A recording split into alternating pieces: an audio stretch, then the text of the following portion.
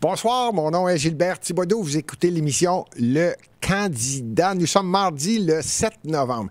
À Montréal, probablement toutes les villes au Québec. Je ne peux pas le confirmer, mais je pense que oui. À Montréal, c'est certain. Début du mois veut dire, pour ceux qui aiment la politique municipale, c'est ce qu'on appelle des réunions de conseils d'arrondissement. Un conseil d'arrondissement, ça a lieu dans les 19 arrondissements et le public, la population, les Montréalais d'un arrondissement précis sont invités à se présenter dans une salle définie et participent à ce que les élus ont à leur dire au cours du mois qui vient de se passer ou de décisions majeures qui vont se passer bientôt.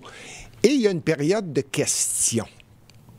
Je vais y revenir un peu plus tard, justement. C'était, comme je viens de le dire, on est le 7 novembre, ça vient d'arriver, on est au début du mois. Et des réunions qui ont eu lieu. Mais avant, je voulais saluer, habituellement, je dis toujours, assis-toi confortable, Fernande, Pauline, Claude, Michel, peu importe. Aujourd'hui, un spécial. Manon Ménard. Assis-toi confortable, Manon. Ça sera pas long, ça va partir. Avant d'arriver sur le sujet de Montréal et justement différentes choses qui rendent les gens de plus en plus à Montréal inconfortables. Et là, je parle l'ensemble des Montréalais. Évidemment, vous écoutez l'émission Le Candidat. Je n'ai pas l'intention de vous imposer mon opinion. C'est plutôt de faire en sorte d'ouvrir l'esprit à écouter différentes opinions. J'en suis une. Je ne me cacherai pas. Je suis candidat. J'ai été candidat à Montréal et j'ai eu l'occasion de voir plusieurs choses, plusieurs dossiers. Je ne le dirai jamais assez. Mon livre de chevet, c'est le budget, qui d'ailleurs va avoir une émission spéciale. On est en novembre. Fin novembre, exactement cette période-ci de l'année, le budget va sortir. Ma prédiction, il va être catastrophique. Encore une fois, je vais revenir un peu plus tard, même, je vais le démontrer. Avant même que le budget sorte, je vais vous donner quelques prévisions de ce qui va être dit dans le budget. Je disais, mais avant, la semaine dernière et depuis une semaine ou deux, je fais mention, je donne mon opinion encore une fois pour créer une discussion, pour ouvrir un peu les esprits à différents politiciens et peut-être même différentes personnes qui travaillent proches, les chefs de cabinet, les conseillers et tout ça autour du gouvernement. On est en négociation actuellement. C'est presque 425 000 personnes. Quand on parle du Front commun, on parle de 4 syndicats. J'en ai parlé dans différentes émissions précédentes et ça s'en venait. J'avais dit qu'il y avait une grève qui aurait eu lieu durant l'avant-midi. C'est fait. Elle a eu lieu l'avant-midi. C'était un avant-goût. C'était au niveau de l'éducation, je pense seulement. La prochaine, à ce que j'ai compris et selon mes sources, je pense que ce n'est pas un secret pour personne. Ça va être le 21 ou le 26 novembre. Pourquoi? Parce que entre la première petite grévette d'un avant-midi, c'était pour donner le ton. Disons que les syndicats, ce qu'on appelle le Front commun, c'est SNFTQ, les 4, voulaient donner le ton et dire à la ministre qui est responsable, garde. Arrive avec une offre sur la table. Je ne sais pas comment le gouvernement... Je répète, là, j'ai fait une émission là-dessus. Je n'ai pas besoin de la refaire. J'ai donné même mes prédictions. Je me suis permis de donner une opinion. Moi, je pense qu'on va approcher ça. Là. Je ne peux pas croire que le gouvernement va rester autour de 9, 10. Là, ce qu'ils disent, c'est qu'ils ont mis sur la table quelque chose comme 10, 12, là, je ne le sais pas. Je n'ai pas l'ensemble. Hein. On n'a pas jamais l'ensemble de la finalité des négociations. Ça, c'est quand le syndicat accepte ce qu'il appelle un accord de principe, le présente. Et après ça, c'est refusé ou c'est accepté par les membres. C'est là qu'on a pas mal tout le cadrage de la signature de la convention collective. Je pense que ça va être 5 ans, en passant. J'avais donné mon opinion. Si ça aurait pu être 3 ans, ça aurait pu être 7 ans. Je pense qu'ils vont s'enligner vraiment sur 5 ans. Je ne veux pas en dire plus, j'ai déjà pas mal tout dit et ça va être le 21 ou le 26 novembre j'ai l'impression que si la ministre, j'oublie toujours son nom, là, celle qui était à la commission Charbonneau, là, qui faisait toujours ça, là. Sonia Lebel. Si là, Sonia Lebel ne revient pas sur la table, je ne sais pas qui sont les négociateurs des deux côtés, honnêtement. Là. Mais je donne mon opinion parce que ça m'intéresse. Il y a beaucoup de gens dans ces 400 000, plus de ça, c'est 420 quelques mille. Il y en a plusieurs qui demeurent à Montréal et j'ai des ambitions à Montréal et j'aime bien les Montréalais et peu importe, bien que je ne suis pas reconnu comme étant un pro-syndicat. J'espère que c'est clair. Ça paraît peut-être un peu. Je ne suis pas un pro-syndicat. Mais quand arrive le moment de négocier, je pense que c'est le temps de tirer sur l'élastique des deux côtés et il devrait y avoir un respect en fonction de blablabla, l'inflation, ce qui s'est passé, que le premier ministre s'est déclaré 30 000 d'augmentation, tous les députés élus, la même année que de la négociation de la Convention. Pas sûr que le timing a été bon, mais en tout cas, tout ça pour dire que je peux donner une simple petite opinion pour terminer. Il serait peut-être temps que le gouvernement du Québec, et là, je ne veux pas faire de lien avec le fédéral, qui est pas mieux, pantoute, et à Montréal, c'est pas mieux du tout. Il serait peut-être temps de regarder à l'intérieur des rangs, ce qu'on appelle le bunker, ou ceux qui s'entourent de gens alentour d'eux, ou qui créent des comités, ou qui engagent des gens pour un mandat précis, au lieu d'aller à l'interne avec déjà ce qu'on a, au lieu d'engager. Moi, j'appelle ça un gouvernement gras, fait de l'embonpoint, un cochon. Ce serait peut-être temps de travailler à l'interne et diminuer la masse salariale interne, autant au niveau éducation qu'au niveau de la santé. C'en est pathétique. Il y a des administrateurs, c'est incroyable. Il y a plus de chefs que d'Indiens. Calique. Je le savais, je ne me choquerais pas. C'est toujours un plaisir de faire... Oh, j'ai un journal. Oh, bien, on va pratiquer. Bon. Je voulais parler de Montréal. Ça me fait plaisir de vous parler de Montréal parce qu'il s'est passé, comme j'ai dit, la réunion, les conseils d'arrondissement. Et ça ne devait pas être le sujet total, mais disons que je vais passer un petit peu plus de temps concernant les pistes cyclables. Je le dirai jamais assez. J'ai 2 vélos, un pour moi, un pour la visite.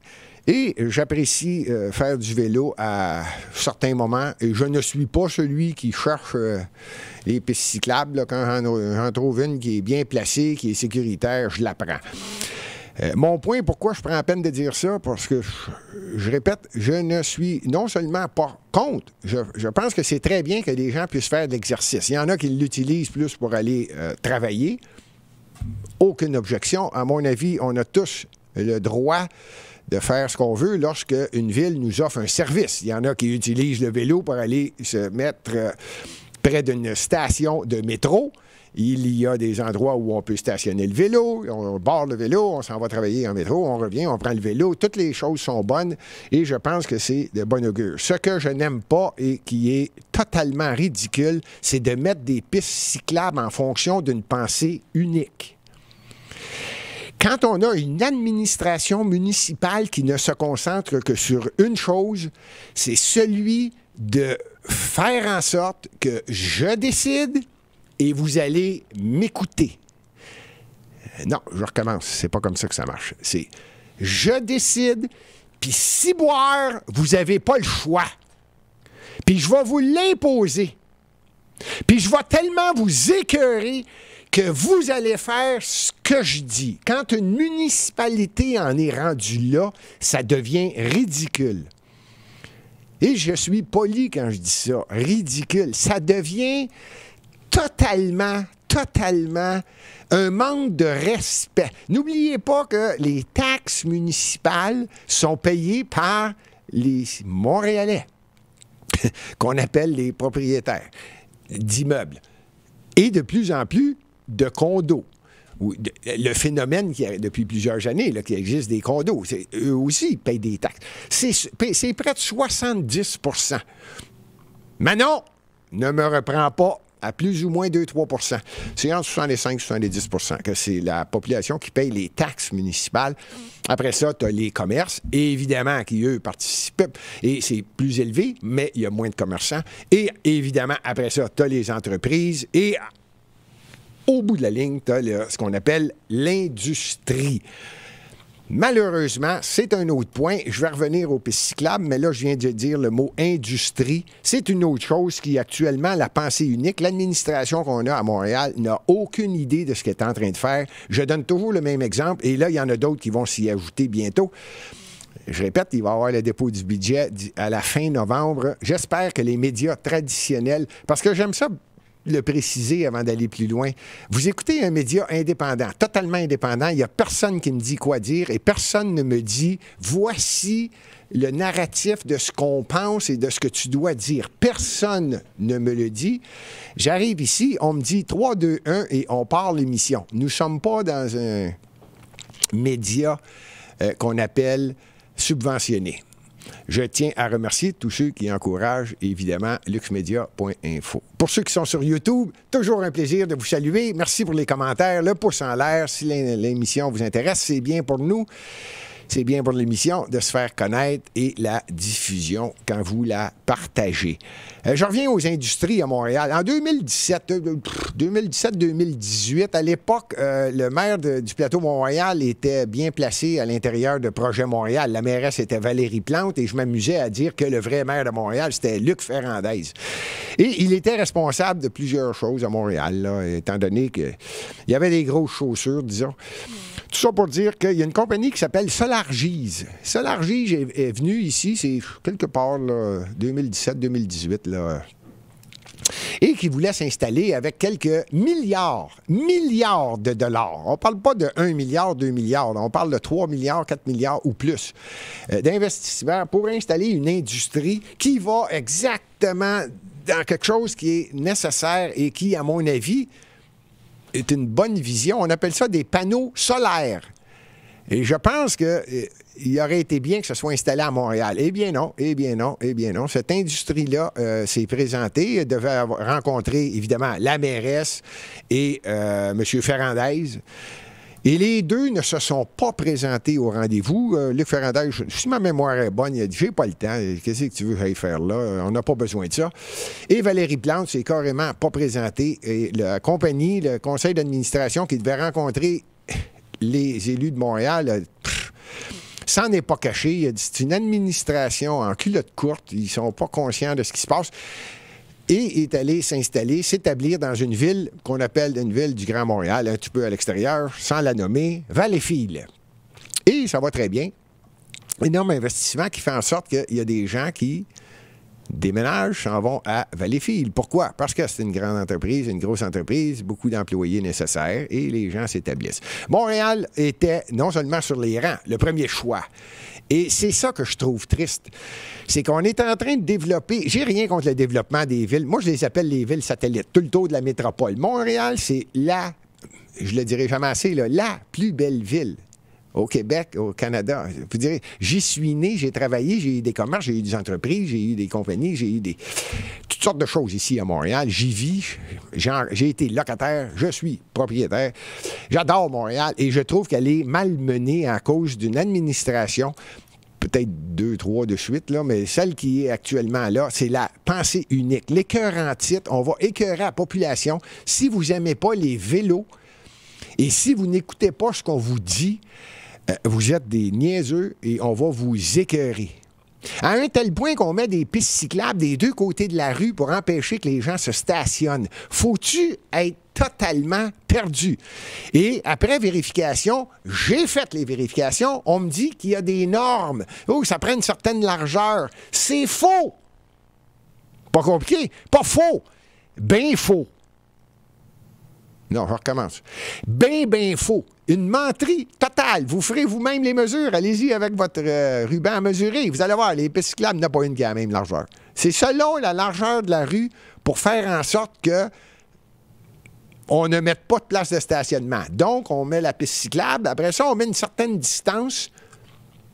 Puis l'auto a le droit de se stationner, mais pas dans cet espace-là. Puis après ça, il y a la piste cyclable. Puis de l'autre côté de la rue, c'est la même chose. Fait que là, on a un espace qui sert à rien. De ce côté-là, qui sert à rien. Et si on va sur une autre rue qui est moins large, bon, ben là, la piste cyclable est moins large il n'y a plus d'espace entre l'automobile qui se stationne, parce qu'on n'a pas de besoin. Parce que si on fait ça, il n'y a plus de place quand il va neiger. En passant, j'avais oublié de dire, Montréal, c'est une ville nordique. Ben oui, tant qu'à dépenser, pensée unique. Ben oui. Là, on va mettre des pic-pic. On va mettre des pic-pic, ces pneus, des Bixi. Ouais. Ben oui. Ben oui, toi, on a besoin de ça. On a besoin de ça à Montréal. Des vélos avec des pic-pic. Pour être sûr que ceux qui font du vélo puissent se promener en vélo sur les pistes cyclables en hiver. Ça, je ne sais pas s'il y en a qui comprennent ce que je veux dire et ce que je dis clairement. C'était tant qu'à écœurer les automobilistes, il faut trouver une raison pour les écœurer l'hiver. Parce qu'il n'y a pas de vélo l'hiver. Je retire mes paroles. Oui, il y en a. Bon, là, je viens de satisfaire. Tout le monde est satisfait, là. Oui, il y en a. Je sais pas, moi, 200, 300, 1000? Peut-être. Rappelez-vous qu'il y a entre 600, 500, 300, 1000 automobiles. Là, on parle de vélo, là. 200, 300, 400. Une tempête de neige, quand il fait froid, quand il pleut, quand il y a un orage, puis là, je parle l'été. Mettons qu'il n'y en a pas pantoute. Mais il y a le même nombre d'autos. De toute façon, le but n'est pas là. Ce que j'essaie de vous faire comprendre, c'est que c'est simple. Il faut les écœurer. J'essaie de comprendre, là. J'ai de la difficulté. C'est pas la façon de gérer. On est en train de faire fuir des gens, des familles, qui disent non, là, voyons donc. Ça peut pas, là. Puis je me suis posé la question, j'ai dit, coudonc, ils disent qu'ils consultent.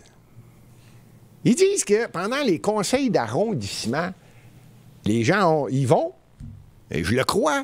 Et j'ai participé, moi.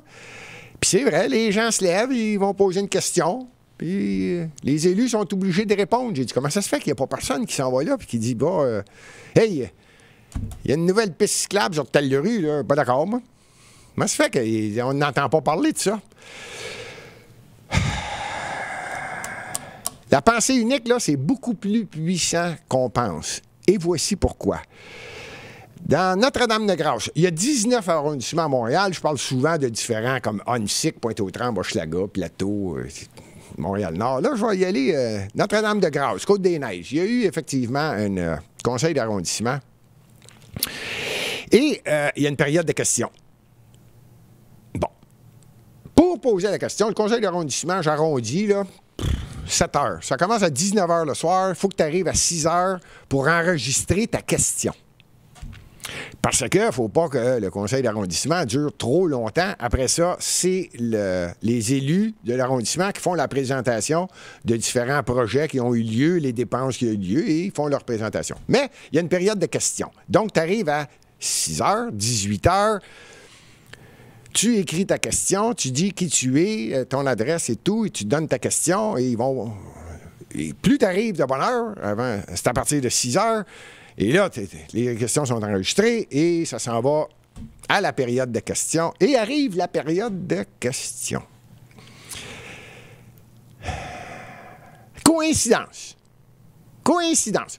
Tu n'as pas le droit de poser, pas toi, mais il n'y a pas le droit d'avoir plus que 3 fois une question sur le même sujet. Je trouve que c'est logique. À un moment donné, si quelqu'un dit je veux parler des camions à vidange, puis toute la soirée, tout le monde pose des questions, ces camions à vidange, je pense que ça serait un peu mal placé, ça n'ouvre pas à différents sujets. Donc, c'est 3 questions sur un sujet par différentes personnes, et après ça, on ne peut plus poser de questions sur le sujet. OK, jusqu'à date, moi, je comprends ça, puis moi, j'irais peut-être des fois jusqu'à 4. D'ailleurs, il y a des arrondissements qui font des exceptions, puis qui disent, oui, la question est intéressante, ou bon... puis qui peuvent également y répondre. De toute façon, les gens s'en vont au micro et posent leurs questions. Puis bon, il est arrivé ça, sauf que quand est arrivé le moment donné de...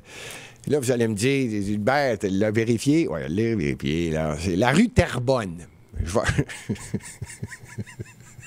Oui, la rue Terrebonne, dans Notre-Dame-de-Grâce. Bon, ils ont décidé de mettre une piste cyclable. Personne n'est content. Bon, c'est évident qu'il y a des gens qui s'en vont au micro qui veulent poser la question. Non. Premier arrivé, c'est le premier qui enregistre sa question. Des gens du parti au pouvoir d'un autre arrondissement sont arrivés très, très, très, très, très tôt pour enregistrer 3 questions reliées à la piste cyclable de la rue Terrebonne. Vous me suivez? Pas pour dire qu'ils n'en voulaient pas. Non, c'est fantastique, excellente idée. Vous devriez en mettre d'autres. Il manque de pistes cyclables dans Notre-Dame-de-Grâce et ça. Deuxième question. Est-ce que vous allez faire un petit peu plus d'espace entre les automobiles? OK. Troisième question. Est-ce que la piste va être allongée? OK. Quatrième question. Moi, je compte. Non. Il y a eu 3 questions. S'il vous plaît, un autre. Et c'est terminé. C'est tout de même fantastique, hein? Vous avez compris que là, j'essaie de vous la... C'est à peu près ça qui s'est passé, là. Quand vous allez dans un conseil d'arrondissement, il faut faire attention, là. On appelle ça, en bon français, pacter une salle. Là, c'est plus une question de pacter une salle. C'est de faire en sorte que, lors de la période de questions, si un sujet est délicat et va à l'encontre de la pensée unique des gens au pouvoir, bien, il y a des gens qui viennent d'un quartier à l'intérieur de l'arrondissement différent, autrement dit, qui est nullement relié avec ce dont il est question. Quand on parle d'une rue, si je parle de la rue Terrebonne, ou peu importe, je sais pas, moi, si je parlais de la rue Côte-des-Neiges, bien là, c'est pas pareil. Là, on est dans un grand boulevard, là, tu sais, la Grande Côte, là. Tu pognes Jean Talon. Ça, c'est le fun. Côte-des-Neiges, en passant, ça, c'est... Tu pognes Jean Talon, là, tu t'en vas jusqu'à Côte-des-Neiges, puis là, il y a une grande côte, là. Non, c'est ça. Puis en bas de la côte, tu arrives à Jean Talon. C'est ça. C'est Côte-Sainte-Catherine. C'est ça? Là, c'est Côte-des-Neiges. Hein? Je vous mélange, hein? Côte-des-Neiges, tu descends jusqu'à Jean Talon, puis là, à Jean Talon, tu descends jusqu'à... Là, tu t'en vas quasiment à Ville-Mont-Royal. Faire une histoire courte, je parle de la rue Terrebonne. C'est pas celle-là qui est la plus... Et là, tu as des gens d'un autre arrondissement ou près, dans un quartier tout près, qui sont nullement reliés à ça, mais qui sont des membres ou des élus du parti, envoyés par le parti. Poser des questions, éliminer la question. Donc, tout le monde est d'accord avec la rue Terrebonne. Ben oui, regarde, on a eu les 3 questions, puis les 3 questions, tout le monde est d'accord, le monde en demande encore plus. Mettons que ça me choque. Je ne veux pas nommer de nom, mais disons que Ton Chanley, qui vient de Saint-Henri, Petite-Bourgogne, Pointe-Saint-Charles, Griffintown, je trouve que c'est pas fin d'avoir fait ça. Bon, maintenant, je ne veux pas aller trop loin. Je répète qu'il va y avoir le budget, ça sera pas long. Et Madame la mairesse de Montréal avait promis, tenez-vous bien, 60 000 logements. 60 000 logements en 10 ans. Ça, c'était la promesse phare. On va faire 60 000 logements. Après vérification. Et là, quand je dis vérification, ce n'est pas nécessairement ce qui est écrit dans les médias traditionnels, écrits ou à la télévision. C'est plutôt à l'interne qu'on a eu l'information. Et on prévoyait 60 000 logements en 10 ans. Cette année, il s'est construit 86 logements sociaux. C'est incroyable. Et aucun logement abordable. J'en ai parlé dans différentes émissions précédentes. La mairesse de Montréal, parce que c'est pas important. Peu importe la promesse, peu importe ce qui est dit, l'idée fixe ou la pensée unique prend le dessus. C'est-à-dire, on va s'occuper de nos pistes cyclables. Parce qu'on a mis des pic-pics. On a mis des pic-pics, ces roues des Bixi, parce qu'on veut déneiger les pistes cyclables. L'hiver, c'est bien plus important ça que des logements abordables ou des logements sociaux. D'ailleurs, ce terme-là, logement abordable, je vais y revenir plus tard, là, mais moi, des pic-pics. Pour déneiger les pistes, il faut trouver une excuse, parce qu'on a, je pense, le budget, c'est 250 millions de plus sur les pistes cyclables sur 5 ans, là, pour les déneiger l'hiver, pour que les gens puissent faire du vélo en hiver. Ben oui, ça, c'est la chose probablement la plus importante dans une métropole qui a besoin de développement économique, qui a de la difficulté avec sa rue Sainte-Catherine. Puis là, je parle même pas de Maisonneuve, Peel, Stanley. René, c'est incroyable, là. Il y a plusieurs rues où on le sait, là. Il y a moins d'activité, là. Il s'en passe moins, là. Non, l'important, c'est les vélos et surtout de mettre des pic-pics. Moi, ça me fascine. Il va y avoir des pic-pics, ces vélos, cet hiver. La ville de Montréal là, met à peu près 4 millions. Si ma mémoire est bonne, j'arrondis les chiffres, Manon, là. Confortable, j'arrondis les chiffres. La ville met à peu près 4 millions dans le budget des Bixi. Et le Bixi annonce à la fin de l'année qu'ils font 2 millions de profits. Faites votre calcul. Autrement dit, c'est subventionné top, 2 millions. Hein? Facile. Si je te donne 4 millions en aide financière, tu finis l'année, tu dis on fait 2 millions. OK, c'est bon, OK, c'est beau. Pas dur. Voilà, tu perds 2 millions par année. Ça ne marche pas ton affaire. Pas grave, on en met encore plus et c'est tellement certain que ça ne fonctionnera pas. C'est pas grave. C'est une idée fixe. Il va y avoir des vélos cet hiver. En passant, pourquoi je répète ça? Pourquoi je maintiens ça? Voici les 2 raisons et pour moi, c'est... Ah oui, c'est vrai, je l'avais ici. Tiens. La mairesse de Montréal a empêché la construction ou a bloqué 23 780 nouveaux logements abordables ou retardés à Montréal. C'est incroyable. Un peu partout, là. Verdun, Ville-Marie, Blue Bonnet, Pierrefonds. Blue Bonnet, c'était écœurant, ce projet-là. C'est énorme. Vous rappelez-vous, U2 a fait son spectacle là, quand Blue Bonnet a été démoli. Bon, c'est cet grand espace-là. Non, il n'y a rien de fait encore. Rien. Mais vous allez entendre que la mairesse, « Ah, c'est pas de ma faute! » Jamais de sa faute. Jamais. Mais il n'y a rien qui se fait. Elle répète qu'elle va tout faire. Oui, c'est ça. Ça fait 6 ans, 7 ans qu'on entend ça, il n'y a rien de fait. En passant, elle a battu tous les records. Moi, je pensais que Denis Coderre avait réussi à battre le record. Là. Lui, augmenter la dette de plus d'1 milliard. Non, je pense qu'elle essaye de le battre, ce record-là. Ouais. Là, on ne pourra pas dire que c'est pas de sa faute. Là. Ça fait 6-7 ans qu'elle est là. À un moment donné, regarde, on va regarder comment est-ce que c'est géré. Le budget de Montréal, c'est à peu près 6,7 milliards. Je viens de vous donner le chiffre du budget précédent. Le budget va sortir à la fin novembre. 6,7. Moi, je dis qu'on s'en va vers 7 milliards. Vraiment, là, on s'en va vers ça. Ça va être à peu près le chiffre du prochain budget. 6,9, peut-être 7 milliards. Bon. La dette.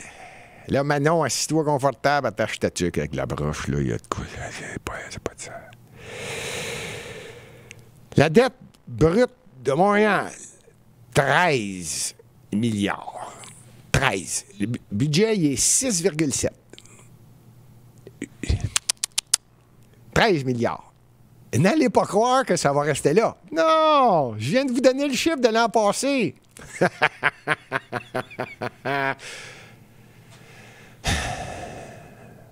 Elle est en train de péter 2 milliards. Elle est en train de battre les records d'à peu près tous les maires ici à Montréal. Là.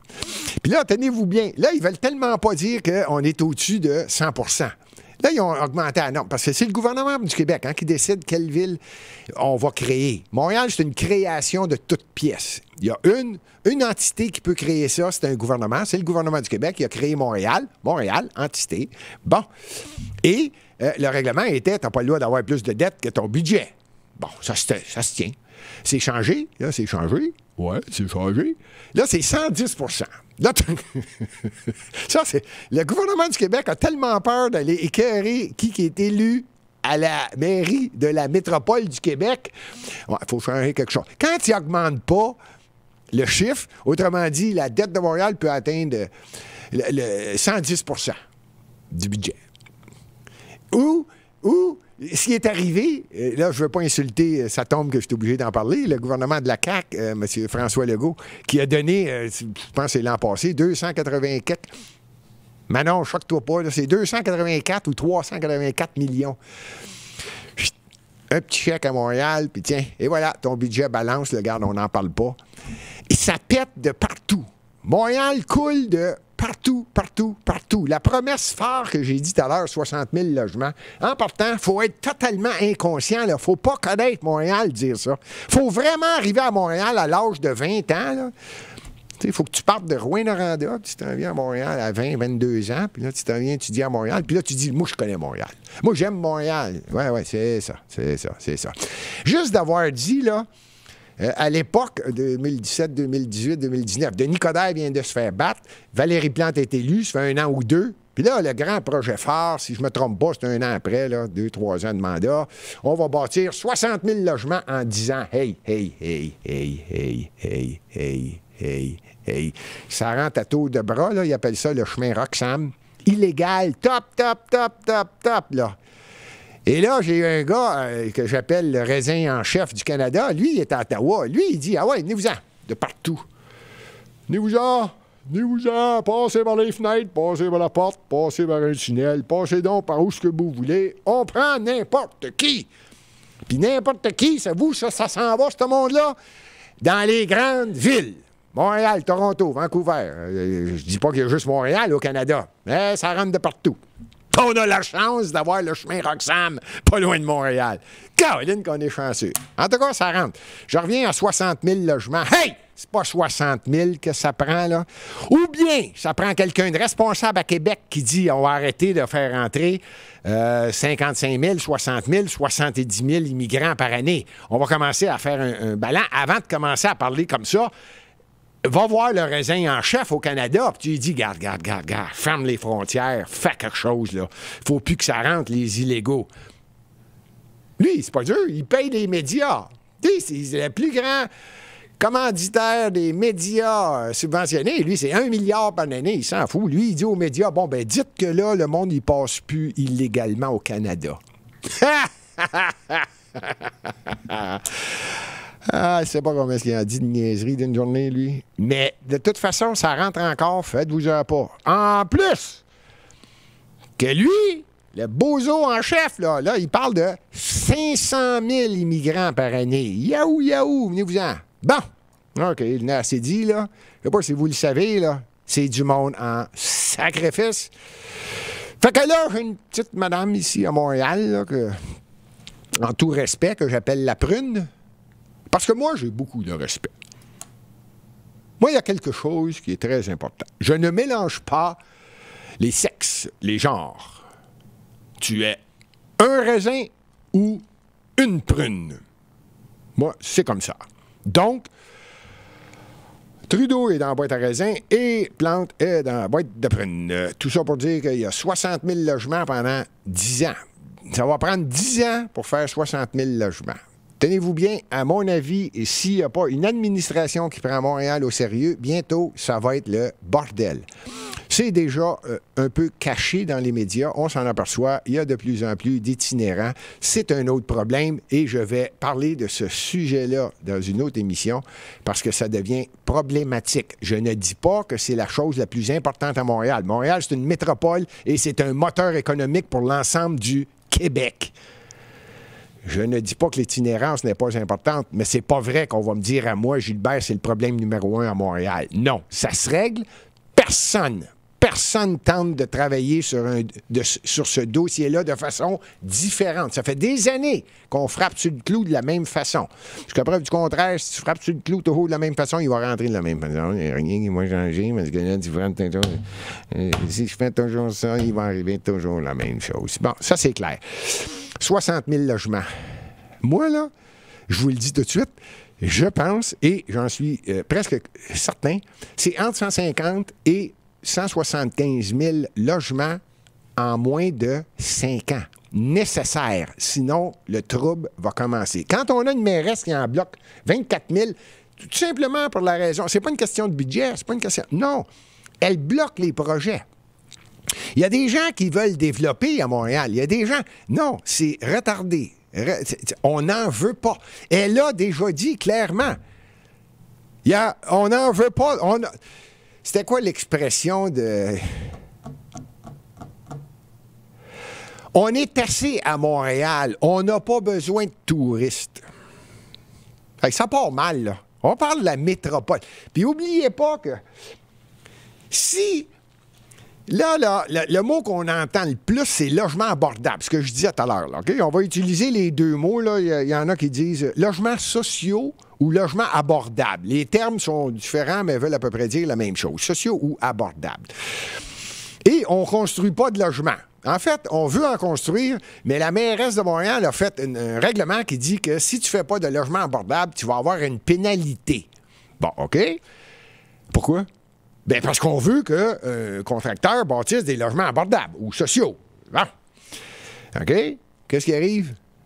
Bien, les gars payent la pénalité puis ils font les logements, les condos qu'ils veulent.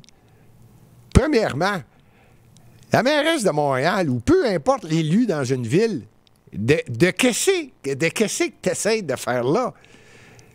Tu es en train de dire, on va copier peut-être ce qui se passe à Vancouver, peut-être que ça se passe également à Toronto. Les gars, ça nous prend des logements sociaux. Attends une minute, on va s'asseoir confortable. On va y aller dans l'ordre. Si moi, je refuse pas personne, et tout est fait selon la réglementation de Montréal, en fonction du zonage dans le quartier ou le district dans lequel le contracteur décide de bâtir et a fait l'acquisition d'un terrain. Et il demande des services à la Commission des services électriques de Montréal pour vérifier si l'ampérage, peu importe, et si les égouts, on se rend là, et bon, tout est fait, les plans sont là, c'est respectable, on bâtit ça, c'est un 5 étages, c'est un 8 étages, c'est un 30 logements, c'est un 100 logements. Bon, OK, go. Non, on veut pas ça, là, parce que là, non, il manque ça. Non, peut-être que non, il y a trop de monde. Non, là, il va y avoir un garage souterrain, il va y avoir des autos dans le stationnement. Non, on va le retarder. Non, pas tout de suite. C'en est pathétique. Pathétique. Qu'est-ce que vous pensez que les gens font? Ils s'en vont à l'extérieur, développent Laval. J'ai rien contre le développement de Laval, j'ai rien contre le développement de Longueuil, j'ai rien contre le développement de Repentigny, j'ai rien contre le développement de... Bon, ben c'est ça, sacrifice. Ça donne quoi d'être un moteur économique? Comment se fait-elle qu'elle ne réalise pas qu'on est en train de perdre des terres agricoles beaucoup plus vite?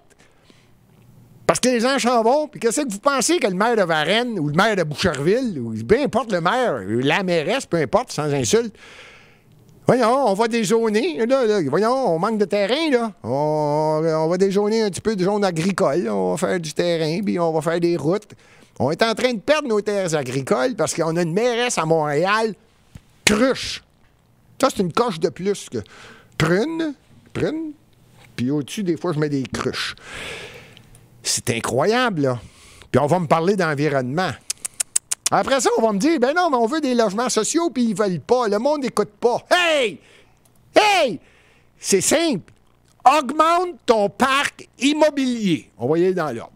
Tu dis, OK, on va dire oui, on va y développer à partir du moment où ils respectent. On doit respecter l'ensemble de la réglementation pour que Montréal soit tout de même une ville qui a un prestige, ce qu'elle a toujours eu. Donc, une fois que la réglementation est respectée, on bâtit du logement. Et là, on en fait du logement. Qu'est-ce que vous pensez qui va arriver? Il y a toujours quelqu'un qui a plus d'argent que le voisin qui dit « Ah, je l'aime ce secteur-là, puis les condos sont beaux, ou la maison est belle, ou la nouvelle propriété, ou peu importe, ça vient d'être bâti, toute beauté. Lui, il déménage. » Qu'est-ce qui arrive avec son logement, ou la place, ou le condo où il était? Il y en a un autre qui le regarde puis qui dit « Hey, il y en a un qui vient de se libérer puis il est pas mal dans nos moyens. » Lui, il déménage puis il s'en va là. Qu'est-ce que vous pensez qu'il vient d'arriver à l'autre? Il est moins cher puis il vient de se libérer. Qu'est-ce qui arrive? Il y en a un qui l'a vu passer puis qui dit « Hey, finalement, il y en a un qui est pas cher. On y va. » Qu'est-ce que vous pensez qu'il fait? Il vient de laisser son logement, puis il y a un logement disponible. Je viens d'augmenter mon parc immobilier. Lâchez-moi avec les logements abordables. Commencez donc à bâtir. C'est quoi le problème de dire non, c'est nous autres qui mènent, puis on veut pas ça, puis là, on veut avoir un arbre qui donne des feuilles jaunes, pas des feuilles rouges, puis il faut évaluer la situation correctement avant de penser que peut-être qu'il n'y aura pas de place pour la piste cyclable. Pendant ce temps, il y a de plus en plus de gens qui sont couchés sur la rue Saint-Denis et Mont-Royal quand c'est pas pile et Sainte-Catherine. Ou peut-être même à Montréal-Nord, ou même sur Saint-Jean-Baptiste à Pointe-aux-Trembles. Là, c'est devenu pas parce que c'est une situation qu'ils désirent, parce qu'on est en train de créer des gens qui n'auront pas les moyens, puisque le parc immobilier est déficitaire et qu'on a une mairesse, quand on a une administration. Puis là, je parle de l'opposition à l'Hôtel de Ville, qui n'est pas mieux. Ça, c'est l'ancienne équipe Denis Coderre, peu importe. L'opposition à l'Hôtel de Ville face à Valérie Plante. Il s'ostinait entre 40 000 et 60 000 logements sur 10 ans. Hey, y a-tu quelqu'un de réveillé à l'Hôtel de Ville? Y a-tu quelqu'un qui va respecter? Deuxièmement, si j'augmente mon parc immobilier, normalement, c'est en faveur de la Ville de Montréal. La Ville de Montréal, évidemment, comprenez bien que si j'augmente un 500 pieds carrés ou un 700 pieds carrés ou un 1000 pieds carrés, qui est un peu plus grand, ou un 1100 pieds carrés pour avoir un enfant, 2 enfants, peu importe, là, il faut penser aux familles aussi, donc il faut construire. Mais je répète, plus on en construit, plus il y a des gens qui ont les moyens d'aller dans les nouvelles constructions parce qu'ils disent « Ah, je vais être bien mieux là, puis c'est petit. » Puis là, on en libère. Puis là, on fait le phénomène du domino. Et on en libère au début. Donc, on augmente le parc et on facilite l'acquisition ou tout simplement un logement qui se libère. Et quand arrive le phénomène de la balance, y a-t-il quelqu'un qui va finir par le comprendre? À un moment donné, la balance va faire en sorte que l'offre et la demande vont devenir au point culminant que tout le monde va être content. La win-win. Là, on n'est pas dans win. On n'est pas dans... on n'est pas dans win-win. Non. Là, lose-lose. Là, lose-lose, all the way. Il n'y a plus personne qui gagne. Il y en a qui gagnent dans cette situation-là. Peut-être les propriétaires qui en profitent pour dire, regarde, on va mettre quelqu'un dehors, on va augmenter le logement parce qu'il n'y a plus de logement disponible. On est capable d'augmenter les prix. Beau phénomène qui arrive actuellement. Ben oui. Ouais. Pendant ce temps-là, on va en bloquer 24 000 cette année. Oui, c'est ça. On va empêcher ça, là. Non, on n'en veut pas. Non, on n'en veut pas. On parle de 60 000 logements. Là. Selon certaines recherches, il y en a 88 qui ont été actuellement ouverts. Là, je ne veux pas insulter l'administration actuelle. On est au mois de novembre. Il reste encore un mois. Ils vont peut-être en bâtir 8 000. Il y en a 86. Aucun abordable. Dans leur thème. Tant que ça serait bien plus simple. Vas-y avec le... Au lieu de dire, ah, ben là, il faut que tu payes une pénalité si tu ne fais pas de logement. Garde. Bâti. On en manque. Les termes qui sont utilisés. Il y a quelqu'un qui m'a posé la question, Gilbert, est-ce qu'il y a des termes qui sont utilisés ou des nouveaux comités qui ont été créés? Oui, ça, c'est la spécialité de la Ville de Montréal. Ça s'appelle Chantier Montréal abordable. Ça, c'est un comité. Et l'autre, c'est... ils ont changé le mot. C'est pas comité. Ils appellent ça une cellule facilitaire. Facilitaire. En tout cas, ça facilite. Je ne sais pas que c'est que ça facilite, là, mais il y a une cellule qui s'occupe des gens qui veulent... je ne sais pas qui veulent quoi, là, parce qu'il n'y en a pas de logement, là. Il y en a de moins en moins. T'es écœurant. Ah! Ça me tente de vous dire la nouvelle... Puis là, je parle pas du métro, là. Il y en a qui me posaient des questions. Je veux pas que l'émission soit trop longue. Normalement, l'émission, le candidat, je préfère faire un peu plus courte, toucher moins de sujets possibles pour que ça rentre à un moment donné. Mais tiens, je vais finir là-dessus parce que je trouve ça tellement drôle. J'avais déjà dit et j'ai fait une erreur. Ça arrive. Moi, j'ai dit, ils peuvent pas remettre ça, là. Eh bien, oui. Moi, j'avais déjà dit, il va y avoir 4 ou 5, les nouvelles stations bleues qui s'en vont jusqu'aux Galeries d'Anjou. J'ai dit ça va être fonctionnel. Maintenant, je me suis trompé. Bien que ce projet-là, depuis 1988, est sur la table, 88, 98, 2008, 2018, ça fait 24 ans, ben, il n'est pas prêt encore. Non, ça ne sera pas tout de suite. Pour répondre à la question, Gilbert, est-ce que toutes les stations, les nouvelles stations de la ligne bleue vont être fonctionnelles cette année? J'avais dit oui, je prévoyais oui, parce que là, tout le monde disait, regarde, ça fait tellement d'années qu'on... Alors, je retire mes paroles, je suis désolé, je me suis trompé, et je déteste me tromper. Je pensais que...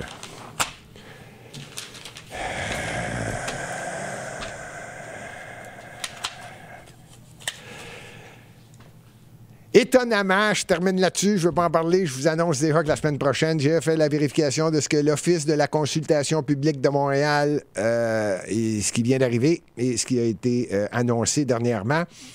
L'Office de consultation publique de Montréal, la semaine prochaine, je vais en parler, c'est financé 100% par la population. Ça, c'est du monde qui... le mot le dit, l'Office de consultation publique de Montréal. Et je pense qu'il y a différents autres organismes, c'est pour ça que je ne voulais pas en parler aujourd'hui. Mais la semaine prochaine, ça va être le sujet pour toute l'émission. Est-ce qu'il y a du copinage? Est-ce que c'est possible qu'il y ait des gens, des comités, des gens nommés par l'administration actuelle qui profitent de l'occasion pour se payer différentes dépenses hors du commun aux frais des Montréalais sans raison? Là, je ne parle pas juste de restaurant. Je parle de faire en sorte qu'il y a peut-être des gens qu'on connaît qui vont avoir un contrat plus vite que d'autres. Et finalement, qui est en train d'aller dans différents congrès? Et là, je ne parle pas d'un congrès à Longueuil, à Saint-Hyacinthe ou à Drummondville. Non. Nommez-moi la ville de votre choix qui n'est pas sur le continent nord-américain. Quand c'est rendu que là, tout le monde se paye des voyages et on se pose la question, OK, c'était quoi le but déjà? Je n'aime pas utiliser ce terme-là. J'ai énormément de respect pour le poste. Je parle du poste. Maire de Montréal. Le poste est quelque chose qui est prestigieux et j'ai beaucoup de respect pour ça. Mais quand on a une cruche, une prune qui occupe ce poste, qui rit de la population montréalaise, qui dit et répète constamment « c'est pas de ma faute », et là, c'est constant, là. C'est constant, là. La STM, il manque d'argent. C'est pas de sa faute. Là, le gouvernement du Québec, il y a une demande des différentes villes qui ont un système de transport en commun. On veut que vous payiez. Ça veut dire qu'il y a bien des villes qui sont pas mieux que Montréal, mais ça me regarde pas, je parle de Montréal.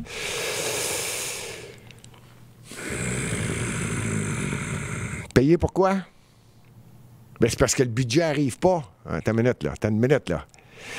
Il y a 2-3 ans, la mairesse de Montréal a dit « Ah, le métro est tellement populaire, tellement, qu'on va rajouter des wagons, puis il va y avoir plus de métro qu'aux 5 minutes. Oh, 3 minutes, quand ça va être le temps, on va en mettre plus. » Ça comprend bien des choses quand on dit ça, là. Nouveaux employés, nouveaux conducteurs, nouveaux services, plus de chances de bris. Bon, OK.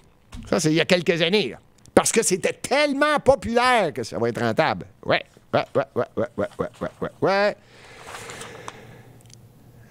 elle a réussi. La dette de la STM, la dette brute, là, le transport de Montréal, 1,7 milliard de dollars.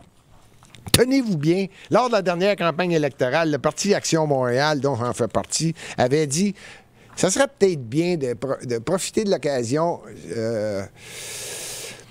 Aider les gens âgés à sortir peut-être une fois par semaine. Je ne sais pas s'il y en a qui sont conscients de ça. Il y a des gens âgés qui sortent moins.